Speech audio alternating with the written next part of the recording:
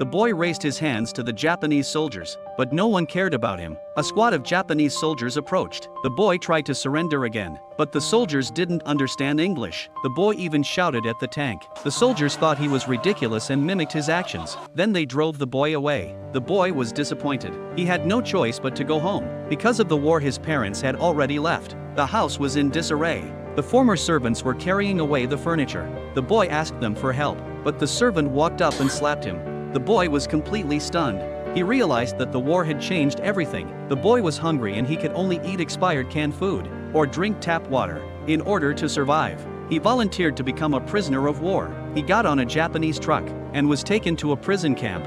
Here everyone had to work, but the boy couldn't do heavy labor. So he did business in the prison camp. The boy traded cigarettes for food. Then he traded gum for a pair of clean boots. With the boots in hand, he traded them to a Japanese officer.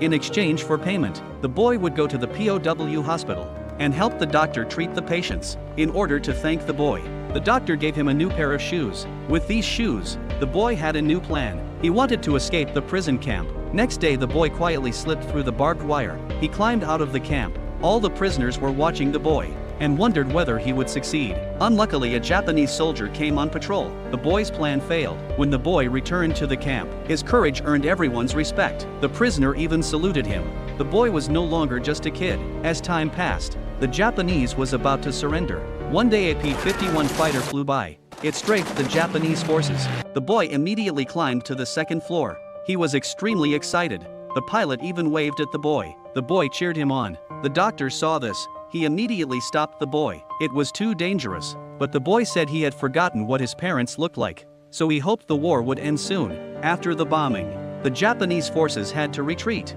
All the prisoners left the area. After a long journey, the boy arrived at a Red Cross shelter. It was full of children who had been separated from their families. Then a woman called out to the boy. The boy took her hand and pulled off her hat. The boy finally recognized that this woman was his mom.